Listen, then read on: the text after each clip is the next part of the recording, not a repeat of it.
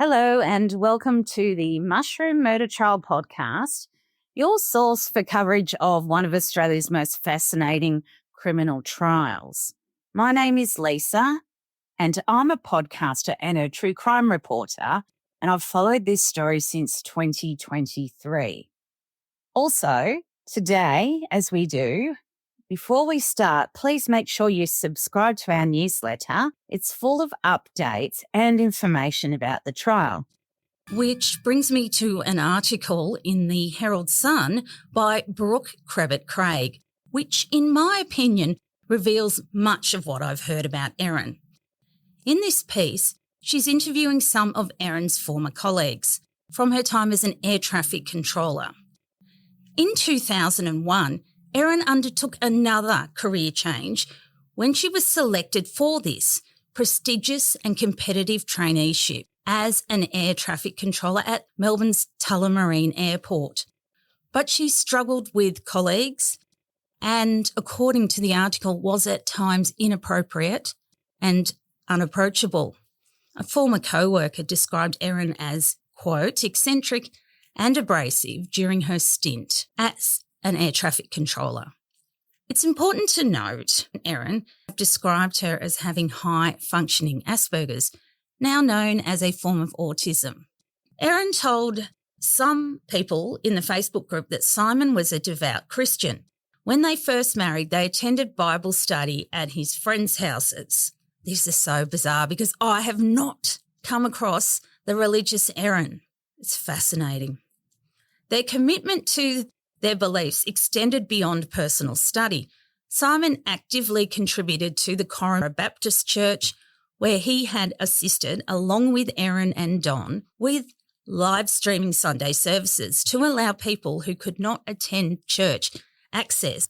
In addition to his religious involvement, Simon is described as community-minded like his parents and dedicated to supporting local youth. He coached children's basketball, mentoring young players and emphasising teamwork and sportsmanship. His willingness to give back to the community, though, through his faith and his recreational activities, left a positive impression on those who knew him, painting a picture of a man who was prioritising service and connection in his daily life. Simon and Erin began their relationship in 2005 while he was living in Melbourne with some of his siblings in an apartment owned by his parents. After their wedding in June 2007, Erin moved into the same unit, which she shared also with Simon, of course, and some of his family. The couple's early connection marked the start of a complex journey shaped by both personal and professional challenges. Simon was a civil engineer at Monash City Council, and Erin was an animal protection representative for the RSPCA. The mushroom cook had grown up with animals, and her mother, according to The Australian, trained guide dogs when Erin was growing up in Glen Waverley, which is another suburb of Melbourne. It would be an understatement, however, to say that Simon and Erin's marriage was a rocky road, but it started out well. Like most relationships, I mean, you're not going to marry someone you don't like, are you? Because the introverted Erin wasn't one to make grand gestures or easily share her thoughts in person, although she likes to put them in messages. Therefore, the private Simon was a good match for her. As I said, wedding was at the Corumburra Anglican Church in a lovely winter wedding. Afterwards, they took a short honeymoon to the Dandenong Mountains, followed by a trip to southern Africa. But to understand Simon and Erin, you need to experience South Gippsland. It's a Sunday night in May, and we're driving the winding and precarious road from Corumburra to Warragul. Thick fog hovers above them, and the visibility is almost non-existent. As the Gippsland mist covers our surroundings, I'm thankful it's not me doing the driving. It's eerie out there, and the weather is bitterly cold because it's here among the unique Australian wildlife where convicted mass murderer Erin Patterson chose to start a life in the country away from her childhood home in Melbourne. It's easy to see why she was drawn to this part of southeast Australia with its stunning natural landscape. Earlier in our journey, we saw a koala scurrying across the road. We tried to record our sound above a racket of bird life and spotted an echidna in the wild, which was exciting because I haven't seen one in the wild before. Erin had probably navigated this treacherous road many times in her boppy red SUV, the one you may have seen on TV or on the YouTube clips. On the day we went to her home in Gippsland Street, everything looked grey, lifeless, and a little bit spooky. Because to me, there's something unnerving about silence in the Aussie bush. I think it's a fear I developed after watching the classic film Picnic at Hanging Rock. As a couple, they both loved the outdoors. Simon and Erin continued to bond by attending Bible study, and they were regular worshippers, and they also went out for dinner with friends from church. I have to say, I do not know this Erin. The Erin that I knew had a sort of snarky take on life. Was Erin wearing a religious mask? She's not the only woman who's done that. Around 2008, the couple decided to drive across the continent to start a new life in Western Australia. Another bright spot in their lives at this time was the birth of their first child, a son. They took a break and travelled by car also from Alice Springs to Darwin.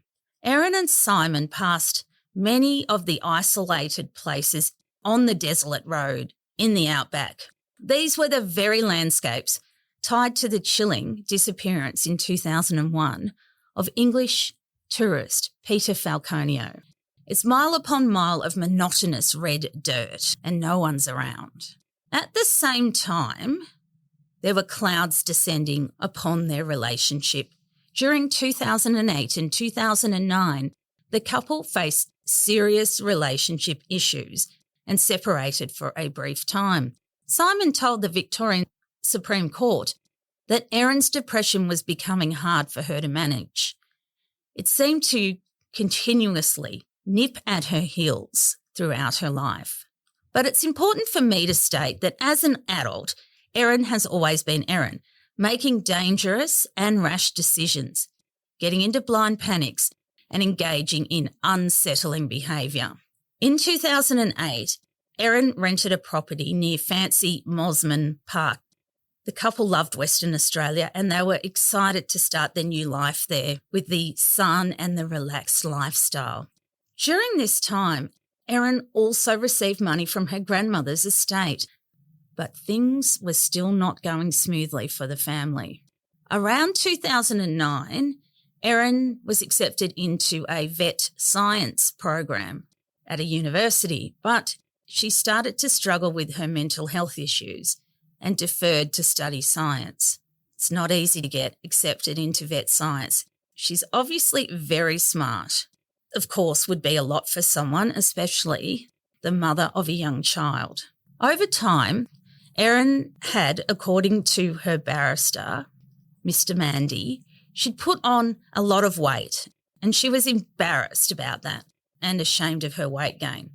Simon said, "That didn't stand out to me as a strong emotion of hers, but I wouldn't be surprised to hear it either. She may have been embarrassed about it, but it's not something that I remember her expressing it." So wheels were continuing to fall off their marriage. They took another camping trip to the remote Kimberley region of Western Australia. It was the kind of holiday that suited them both, isolated, away from the world, and without the need for much conversation. Maybe that's where Simon and Erin were their happiest, out in the bush, together, away from of life.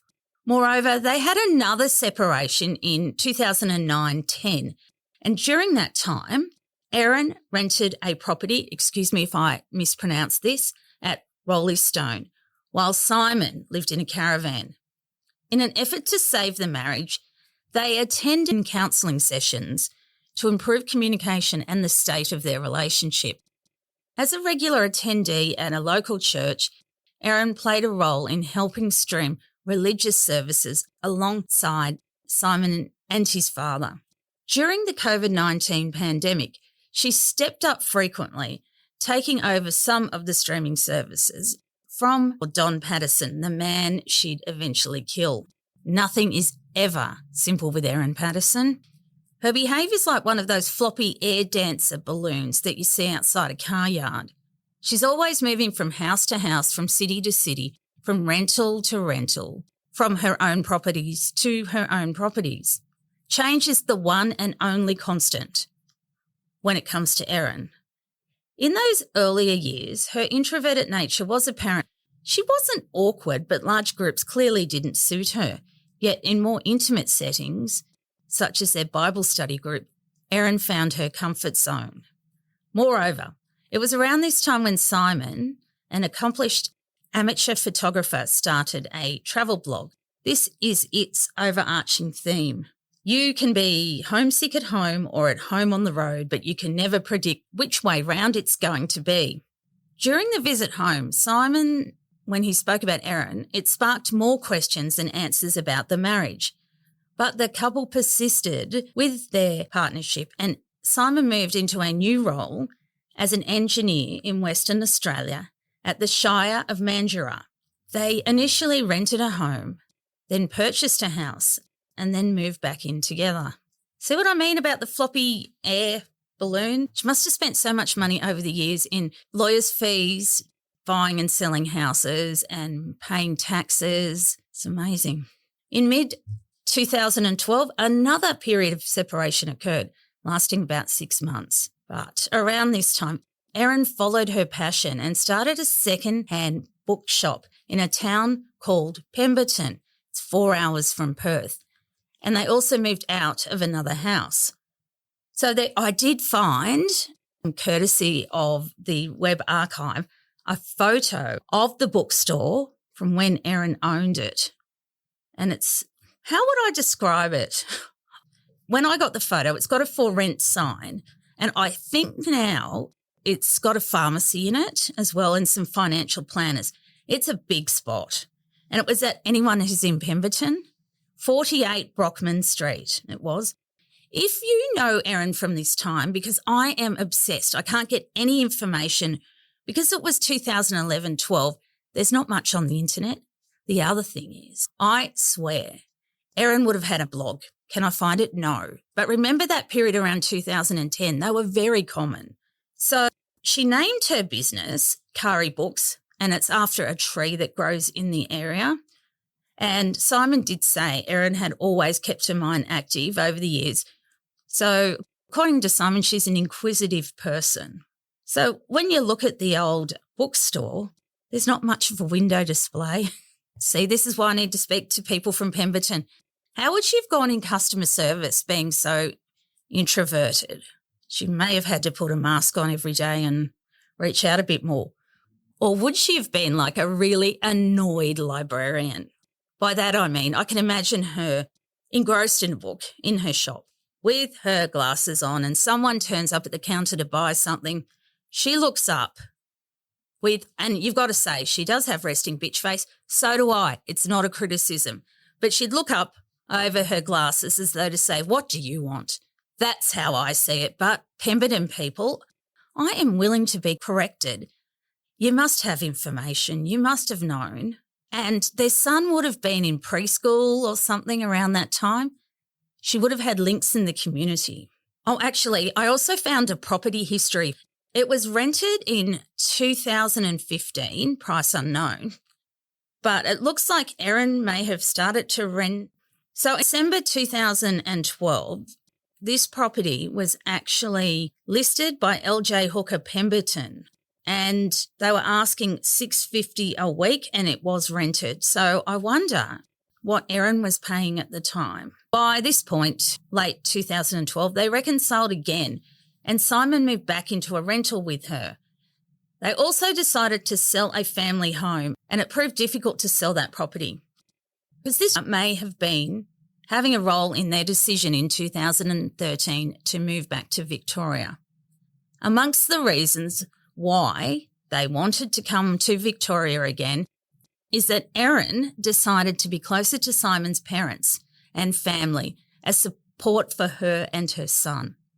Simon, Erin and their small son drove back across Australia, and then they went to New Zealand and travelled around in a camper. After New Zealand, they came back to settle permanently in Victoria. But Simon was still working remotely with his employer in Western Australia as an engineer in local government services. In April-May of that year, Simon finished his WA work and the job at the Shire of Mandurah.